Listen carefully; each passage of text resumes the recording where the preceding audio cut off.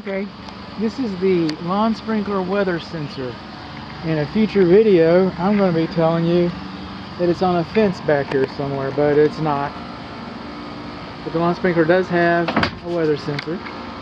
We're here about the electric power. If I look at the meter, and there's some discussion in my industry, 250 volts, okay. I'm reading the meter, it's 240 volts, 200 amps, okay. Coming over here is the main service disconnect, emergency disconnect right there, 200 amps. Okay, L1 and L2 have covers on them. There will come a time when these covers are required on these, but not yet. Not yet, we're too soon for that. And our neutrals are wrapped with white tape. This is all good. This is the main service disconnect right there.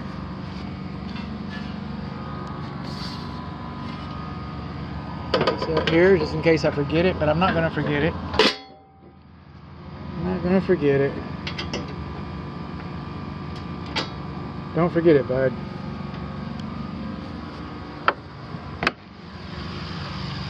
Pass the wood mulch too close to the house. Pass the tree too close to the house. Going around over here. This is our electric load center. Now if we got more than 6 throws, we should have a main disconnect here. We have an emergency disconnect on the other wall. And a lot of code inspectors get their way. Okay, they say, you're not, we got a main disconnect, it's right there, so. We do not have fire caulk between the boxes, which I'm not sure if that's required on residential. To be honest, I know that it is required on multi-housing. So if it's required in an apartment complex, you'd think it'd be required here, but it is multi-housing, so they got their own rules. So we're coming over here, and what we've got, if you look at this box right here, alright, you got more than 1/4 of an inch, okay? So this cover is supposed to fit around this box. And so if you have a fire caulk, if you have a fire, okay, you want to keep it contained inside the box. But if you look up here, you can see how the box fits on the drywall. So we have this big old hairy gap right there. And so there's a fire in here, there's nothing to keep the fire from coming out here and snatching this paper behind the paint. And I have seen this.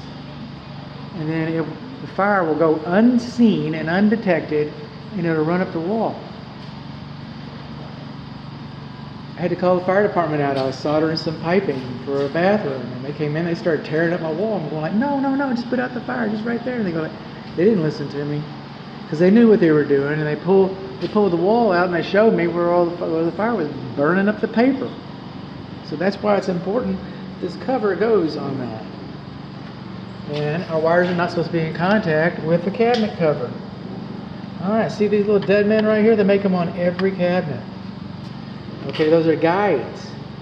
Every cabinet coming off the line. Okay, hundreds a minute. Every minute of the day. Every day of the year.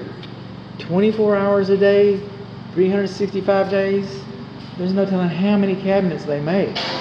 Okay, they all have this little piece of plastic on here. If it was useless, they could save bukus of money by not having this. This would not be necessary. They could save a fortune. But they don't. They put those on there. Why? Because they want all the wires inside the cabinet to go behind these stops. That's a visual guide about where the wires are supposed to go. The wires are not supposed to be in contact with the cabinet cover. The wires are not supposed to be in contact with the cabinet cover. Oh, I tripped this. I was playing outside, and I've manually pushed every one of these. Okay. The air conditioning systems are properly fused. The kitchen ovens have a GFCI and a lockout. That's good. Clothes dryer has a lockout. Excuse me, it does not have a lockout, not required. It has GFCI. That's good. Okay. Now we come over here, and this is our labeling. See all this right here? That's handwriting. See where it says danger, warning, see where it says certified home Energy Star, see where it says Fox Electrical, see where it says those things? Okay, see where it says Square D UL, it says all those things, see where it says all those things? Okay, that's printing. Now, the National Electrical Code, International Residential Code, and Square D manufacturer all says that this should be printed, durably printed. And they even, when this box came, when this cabinet came, when this electric load center came, when it came from the factory, when it was in the box, when they got it out of the store, when they took it out of the box, there were stickers in here that were durably printed, and they were inside the cabinet. And they said, we don't need no stinking stickers. And they threw them out. And they said, we'll just scribble all over here. Can you read that? You think you're going to be able to read it in a couple of years? Think it's going to get any better than that? No. Are these breakers going to work even though they're not labeled like they're supposed to be? Yeah, they're going to work. I guess they're going to work. But you'd expect them to work, sure. You'd expect them to work. It's not going to change their function, whether they work or not. It's not going to change anything. But everybody seems to think that those should be printed, so I do too. Coming over here, this is one of our grounds, because, oh, I love this. Gas bond. Okay, main gas pipe. Beautiful. Outside bond, outside rod. UFER bond. Left of panel, right here. UFER. Okay. They misspelled it. It's supposed to be UFER. Can't put enough F's in there. Okay, this is our internal bond right there.